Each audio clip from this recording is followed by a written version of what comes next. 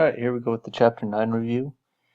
Number 13, you're given the equation 4x minus y squared is equal to 0. You need to find the vertex, focus, and directrix of the parabola. Sketch the graph. I'm not going to worry about sketching the graph. I think we know how to sketch a graph at this point. But to find the vertex, focus, and directrix, we need to have this in standard form. So we need to get y by itself. So if I have 4x is equal to y squared, I'm in my correct form. The vertex is always at HK. So for this type of parabola, that form would be 4. In general, it's 4p times x minus h is equal to y minus k squared is what we're looking for. So vertex is at HK, so my vertex is at 0, 0. The focus is p units from the vertex. So since this is a sideways facing parabola, so we have something that looks like this, my focus is going to be inside, so I'm going to add, so there's p, I'm going to add p units to my vertex, which was at 0, 0. So since 4p is the coefficient of the x part, and 4 is my coefficient overall, if I say 4p is equal to 4, then p is just 1. So that means the distance from my vertex to my focus is 1 unit. So my focus itself is that I'm going to add 1 to the x value. So it's 0 plus 1, 0. So that gives me a focus of 1, 0. And then my directrix is just a vertical line. So it's a line back here somewhere that's the same distance. It's also p units from the vertex, but it's in the opposite direction. Since that's the vertical line, that's going to be x equals.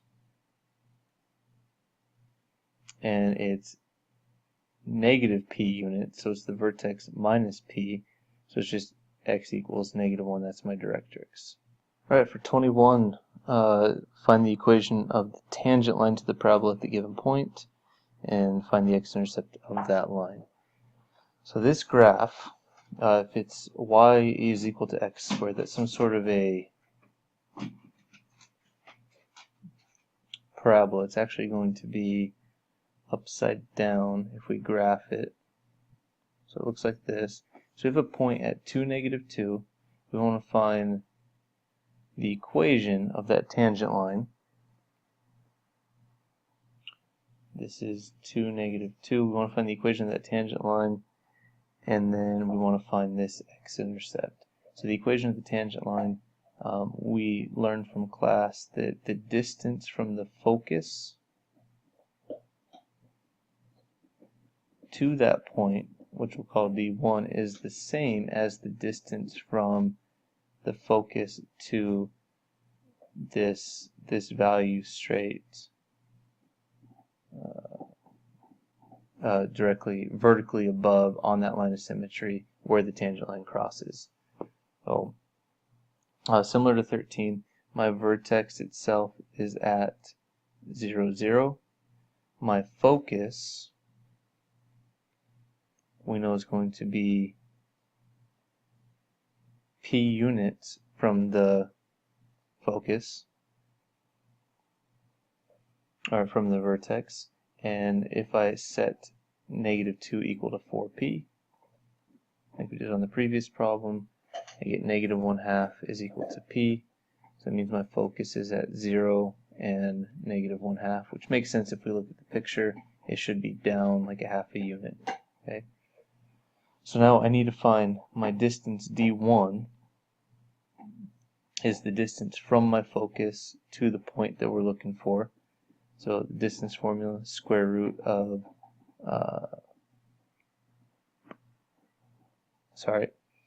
it's the difference 2 minus 0, x2 minus x1 squared plus y2 minus y1 squared. So that's going to be 4 plus, let's see, negative 2 plus a half.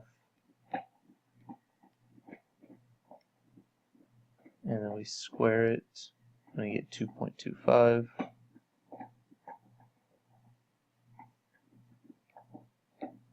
Plus the 4 is 6.25. It's actually going to be easier if we use fractions instead of decimals, because 6.25 is actually, let's see, 6 1/4.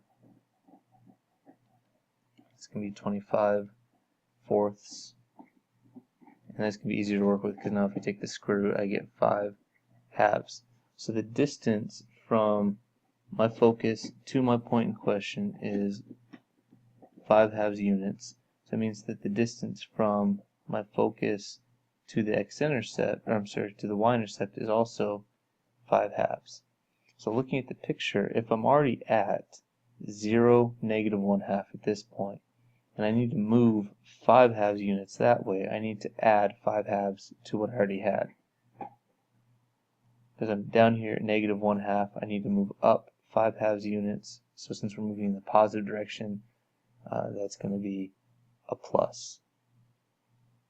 So my y-intercept of that equation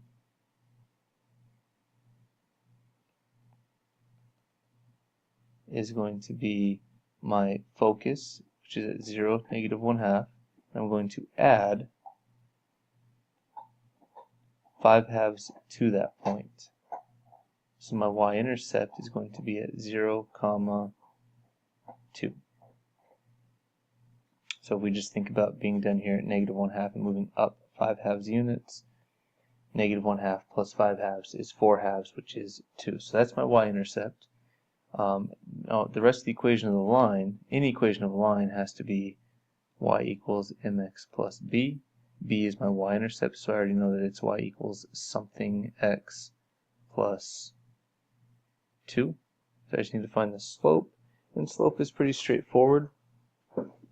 We know that slope is rise over run, and it's also y2 minus y1 over x2 minus x1. We have the initial ordered pair, we have the new ordered pair that we just found. So I've got 2 minus negative 2 over 0 minus 2, that's going to be 4 over negative 2, which is a slope of negative 2. So I get y equals negative 2x plus 2, and that is the equation of my tangent line. And the last thing I need to do is find the x-intercept. Any x-intercept, you set y equal to 0 and you solve. So 0 equals negative 2x plus 2. So x is equal to 1, so my x-intercept is at 1, 0. And if we look at the sketch that I made, it looks fairly accurate. This is at 1, 0. This is at 0, 2. Alright, 29 is where the real fun begins. We need to find the standard form of the equation of the ellipse. So here's the equation that we're given. And so we're going to have to complete the square and then find the center, vertices, foci, and eccentricity of the ellipse.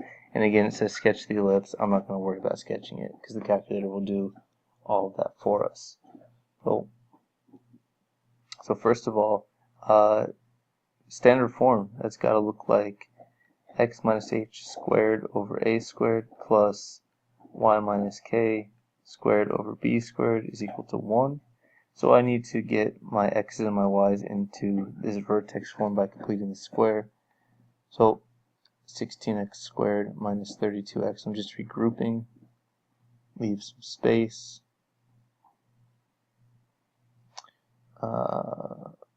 Plus 9y squared plus 72y is equal to negative 16. Factor out the 16 because to complete the square, remember a has to be 1.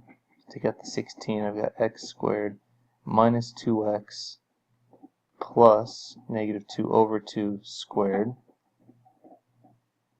plus, take out the 9, so I've got y squared plus 8y plus 8 over 2 squared is equal to negative 16 plus is where we always forget to multiply 16 times the number that we added. So 16 times negative 1, negative 2 over 2 squared is just positive 1.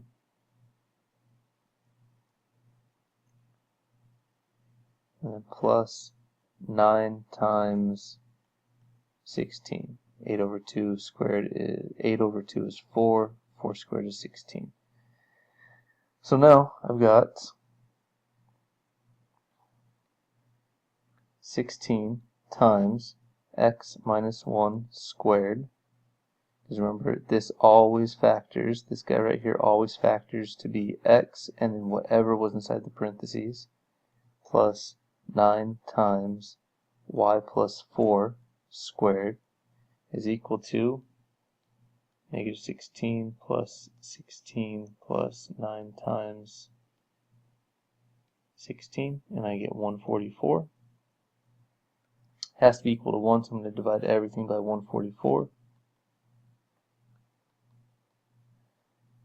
So, let's see, 16 over 144 leaves me with 1/9. So I have x minus 1 squared over 9 plus y plus 4 squared over 16 is equal to 1. That is my equation. And then, let's see, now we have center is at HK, so that's at 1, negative 4. We need the vertices. That's going to be at the center plus and minus A. A is the larger of the two numbers. So A squared is 16, B squared is 9, so that means that A is 4 and B is 3. So my vertices are going to be at, since A is on the Y here, I'm going to add and subtract 4 from that. So I've got 1 comma negative 8 and 1 comma 0. My co-vertices are just doing the same thing to my x values, so that's going to be 1 plus 3. So that's 4, negative 4, and 1 minus 3, that's negative 2, negative 4. And the last thing we need are the foci, and those are my c values. And because it's an ellipse, since there's a plus sign in the middle, c squared is equal to a squared minus b squared. Remember, this sign for the c is always the opposite of the sign for the equation. So c squared is equal to 16 minus 9. C squared is equal to 7. So c is equal to the square root of 7. So my foci are at 1 comma negative 4 plus or minus radical 7. And that's the end of 29. Alright, 32, same thing as 29. So let's just get started. Let's regroup. So x squared minus 5x plus 20y squared plus 120y is equal to negative 185. This guy is already set up. So I just need x squared minus 5x plus negative 5 over 2 squared plus plot the 20 y squared plus 6y plus 6 over 2 squared is equal to negative 185 plus negative 5 over 2 squared plus 20 times 3 squared, which gives me x minus 5 halves squared plus 20 times y plus 3 squared is equal to negative 185 plus negative 5 halves squared plus 20 times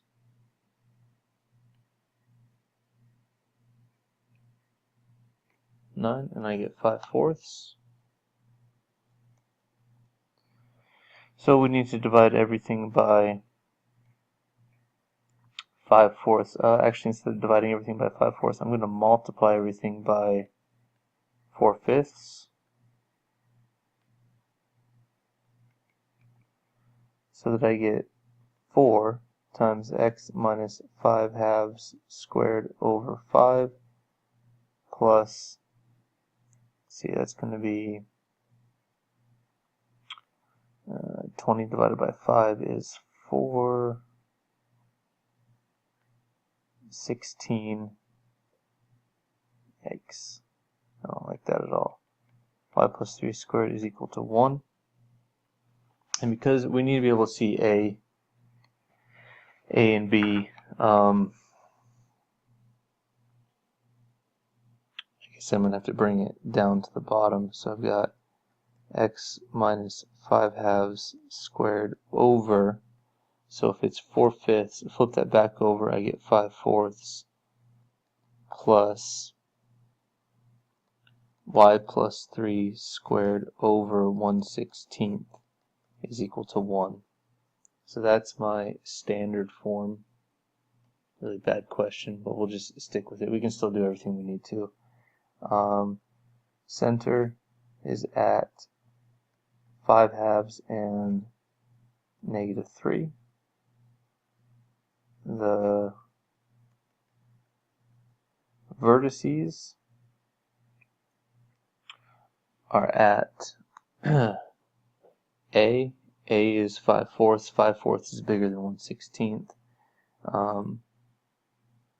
So it's actually A squared is equal to 5/4, and B squared is equal to 1/16.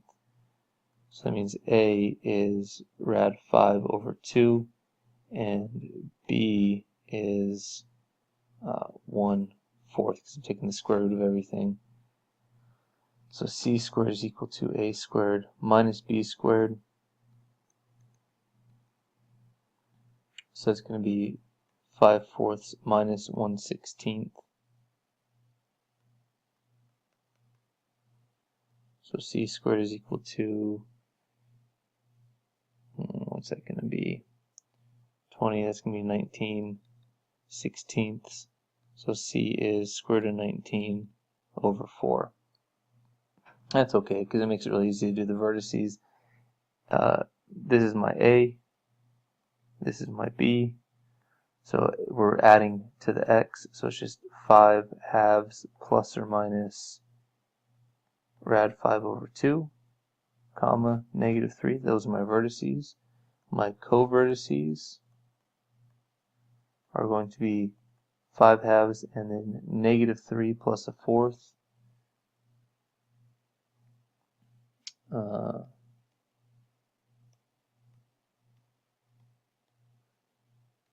We'll leave us with -11/4 and 5/2 and -13/4. And then my focus we're just adding and subtracting to the same thing that we did with the vertices. So it's 5/2 plus or minus rad 19 over 4 and -3. So that was really kind of a crappy problem, but we get the idea, where you're doing the same math, they just come out to be a little bit ugly. Alright, 43. Same thing, but this time it's a hyperbola, finding all the same stuff. The biggest difference between a hyperbola and a ellipse is that hyperbola has x squared minus y squared or y squared minus x squared. And then the focus, that c squared, the equation is a squared plus b squared instead of a squared minus b squared. So we're going to start out the same way. Get our x's together, so 9x squared minus 18x. Get our y's together, -16y squared minus 32y is equal to 151.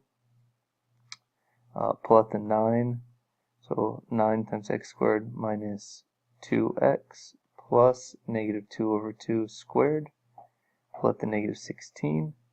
We got y squared plus 2y plus 2 over 2 squared equals 151 plus 9 times 1 plus minus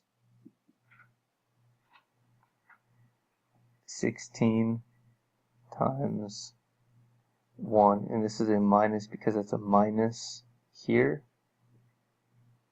so we have to put the minus on this side as well, so be careful with that. So we got 9 times x minus 1 squared minus 16 times y plus 1 squared is equal to 151 plus 9 minus 16. You get 144. That's convenient because 16 and 9 both go into 144 evenly.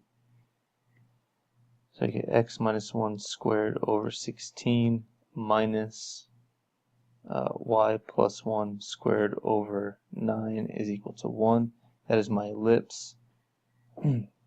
A squared is 16. B squared is 9. Remember, for ellipses, I'm sorry, that was my hyperbola. And for hyperbolas, remember, we don't look for the larger of the two numbers. We look for the first number. That's the biggest difference between an ellipse and a hyperbola. A squared is always the first number. B squared is always the second number. With ellipses, A squared is always the bigger one. B squared is always the smaller one. But in this case, first one is the bigger one. So A is 4, B is 9, and we can find C because C squared is equal to A squared plus B squared. That means that C squared is equal to 25, so C is 5. From there, nothing changes at all from an ellipse. Our center is at 1, negative 1. Our vertices are at, since A is under the X, we're adding and subtracting the A value to our X, so 1 plus 4 is 5, negative 1, and 1 minus 4 is negative 3, negative 1. And then my focus, that's going to be my C value.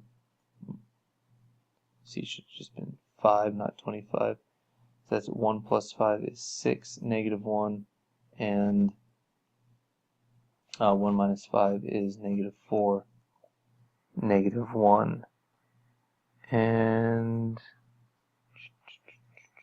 center, vertices, foci, and eccentricity. I forgot to do the eccentricity on the other one. It's just C over A.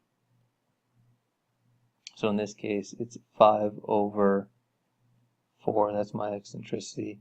And from what we did at the end of this chapter, where we identified ellipses, and we did again in polar, remember anything larger than 1 was a hyperbola, so it makes sense that 5 over 4 is obviously bigger than 1.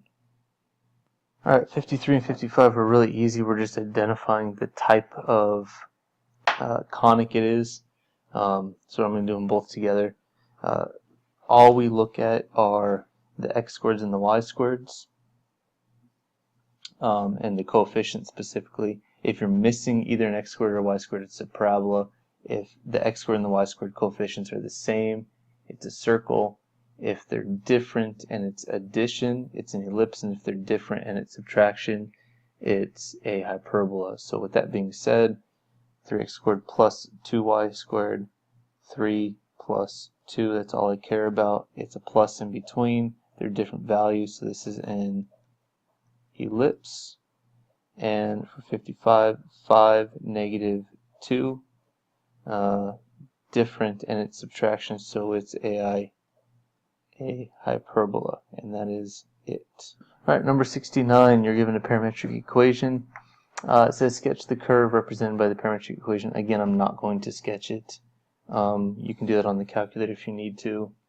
I highly doubt that's what we're going to be tested on. All I'm focusing on is eliminating the parameter and writing the equation in rectangular form. So rectangular form, think slope-intercept y equals something x, y equals something x squared, whatever it is. Just get y and x as the only two variables and get them by themselves. So get y by itself. So in an ideal world, if we're trying to get y by itself, we already have this second equation that's set up for y. Ideally, we would like to plug this t value into that one, and then we're done, basically. So to do that, we need to get this top t by itself. So x plus 1 is equal to 5t, which means that x plus 1 over 5 is equal to t. And now I can plug the x plus 1 over 5 into my t over here. We get y equals 2 times x plus 1 over 5 plus 5. Do some simplifying. I'm going to distribute that 2. So we get 2x plus 2 over 5 plus 5. If I make this 5 into a 25 over 5, you get common denominators. And I'm going to have 2x plus 2 plus 25 all over 5, which gives me 2x plus 27 over 5. And I can leave it just like that. You could also write it as 2/5 x plus 27/5 if you really wanted to. Alright, 74, very similar to 69. Again, it's a sketch. I'm not going to sketch. And then eliminate the parameter. Again, ideal world, we would prefer to get the t with the x by itself and substitute into the bottom one. I will be able to do that again here. So remember our little trick. If we want to switch the variable from the bottom to the other side, we just kind of flip-flop them. So t is equal to 4 over x. Plug the 4 over x into our original equation. So y is equal to 4 over x squared minus 1. So y is equal to 16 over x squared minus 1, and that is your answer. Alright, 105 and 106 both need to be graphed on a polar coordinate plane, so I'm just going to do them at the same time. So we start with 5, negative 7 pi 6. So the easiest thing to do, find the angle negative 7 pi 6. Positive 7 pi 6 starts at 0, goes this way, goes around counterclockwise to 7 pi 6. So that's 2, let's see, 15, and then another 30 degrees away from pi. If we're going the negative direction, we're going to get to pi, and we're going to go 15, 30 degrees in that opposite direction. So that puts us at 5 pi 6, which is the same as negative 7 pi over 6. So this is the angle that we're looking for. Right here, somewhere along this line. That's what we want. Specifically, we want to be out at a radius of 5. So we start at the center and we go out 1, 2, 3, 4, 5. So that's my point right there. 5 comma negative 7 pi 6. And then it says write it in polar form. I'm sorry, write it in rectangular form. So write something from polar to rectangular. Remember, this is r and this is theta. So we know that x squared, or I'm sorry, that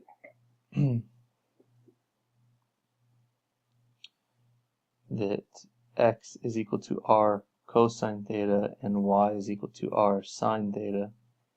So for 105, I get 5 times the cosine of negative 7 pi 6. That's my x. And 5 sine of negative 7 pi 6 is my y. Do a little bit of quick math using the unit circle. I'm going to be at, let's see, cosine of 7 pi 6. So I'm thinking about this point right here on the unit circle. That's going to be 1/2 and negative rad 3 over 2. So the cosine of negative 7 pi 6 is negative rad 3 over 2. So I have negative 5 rad 3 over 2. And the sine of negative 7 pi 6 is 1/2. So 5 times 1/2 gives me 5/2. That's my rectangular equation. And then 106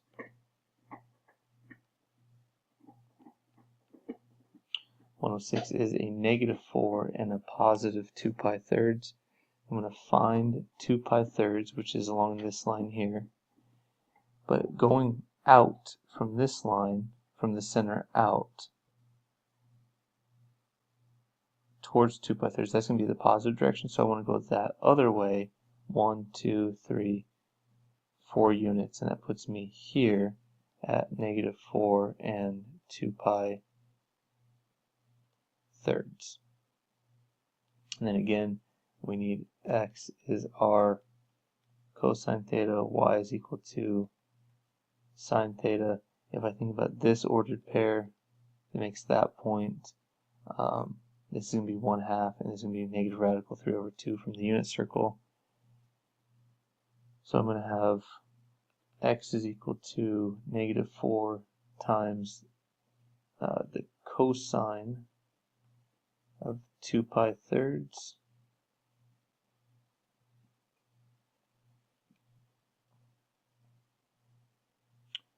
which is going to be negative 4 times 1/2,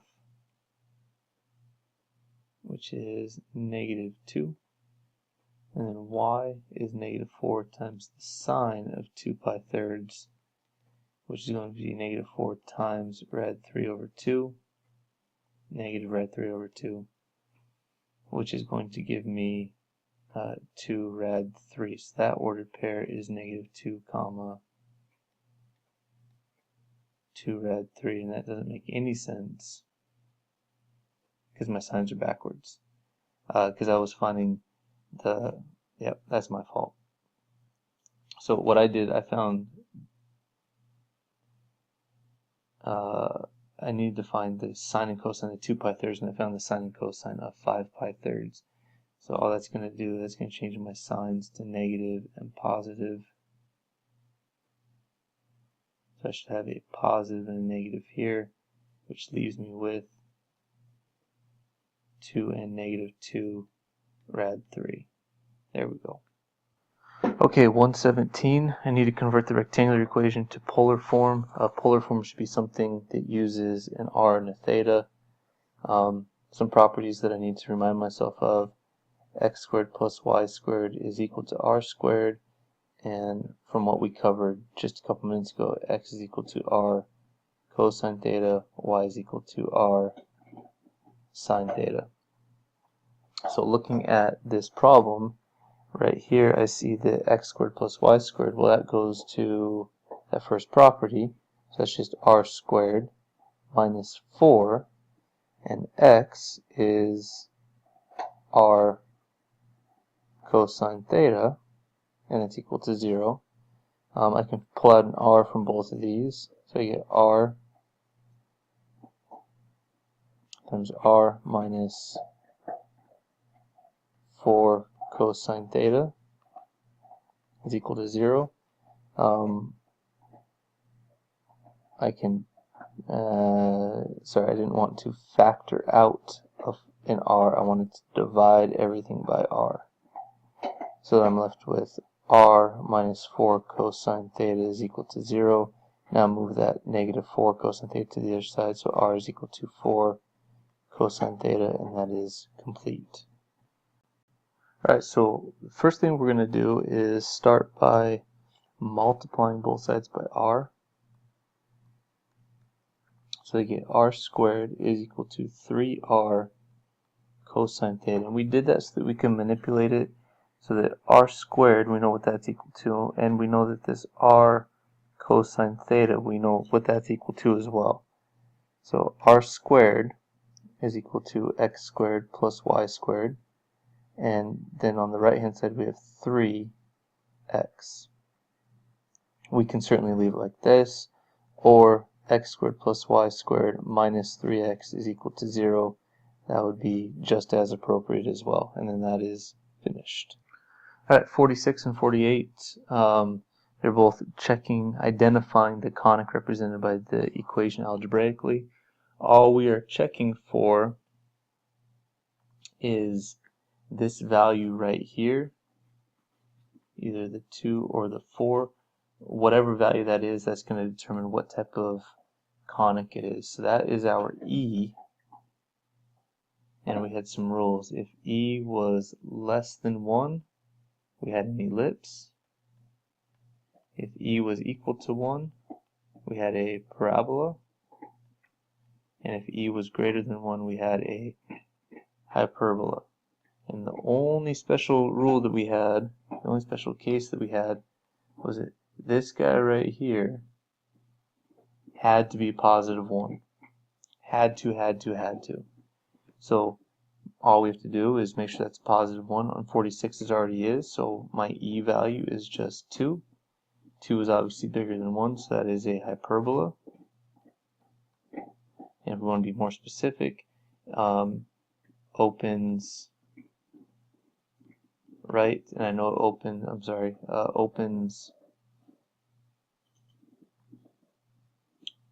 up.